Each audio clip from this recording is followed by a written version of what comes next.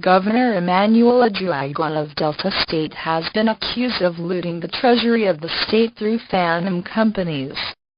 In a petition titled "How Uduaghan is Mortgaging the Future of Deltans," Part 2, a group named Movement for the Protection of the Rights of Deltans (MPROD) revealed that they were constrained as stakeholders to write the petition on behalf of the vast majority of Deltans, whose future and children's future are still being mortgaged by the fraudulent and rogue governor of Delta State, Dr. Emmanuel Uduaghan.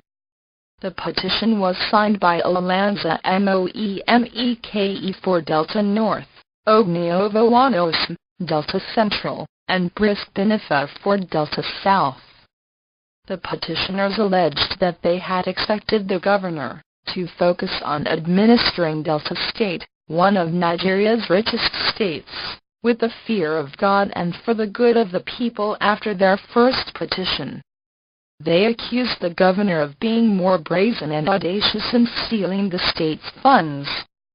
The petition stated, "Governor Uduaghan does not seem to care what becomes of the state as long as his selfish motives and ever-expanding appetite for illegal acquisition of state funds are satisfied."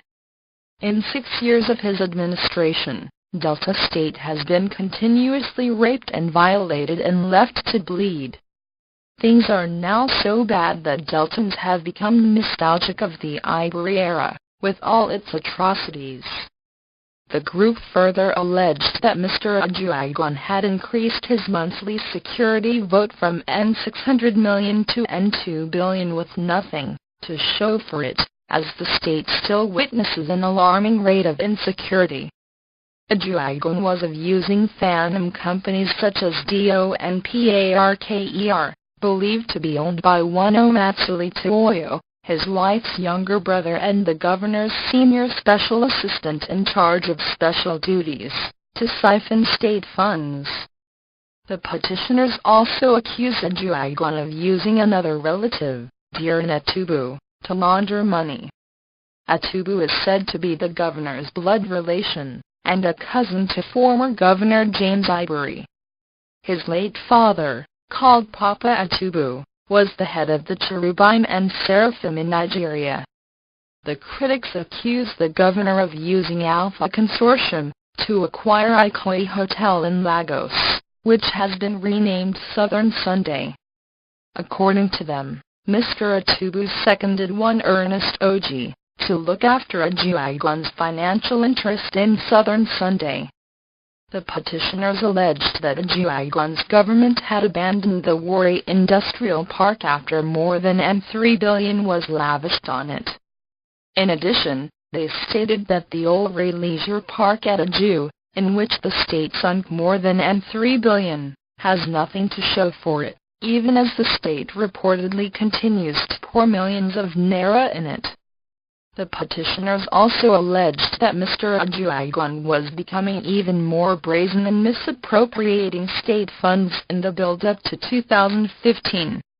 They said the governor shoved aside the due process-conscious former Commissioner for Finance, Bernard Okamagba, for the more pliable Mr. Okpara, a former contract staff of the World Bank. Contacted over the allegations, the State Commissioner of Information, Chikoja, described them as baseless and without any iota of truth. He said, "Governor Emmanuel Uduaghan is one person I know that has the full interest of Deltans at heart, and every now and then I keep telling people that Governor Uduaghan will always be remembered for his visionary leadership." He said the governor had made an impact through his giant strides, human capital development and leadership. Mr. Oja added that Mr. Uduaghan's achievements could be seen across the 3 senatorial districts of the state. He then challenged the governor's critics to go round the state and see the massive development that had taken place while some were ongoing. Culled from First Weekly Magazine, copyright 2013 Nigeria Films.com. Click the link below to go to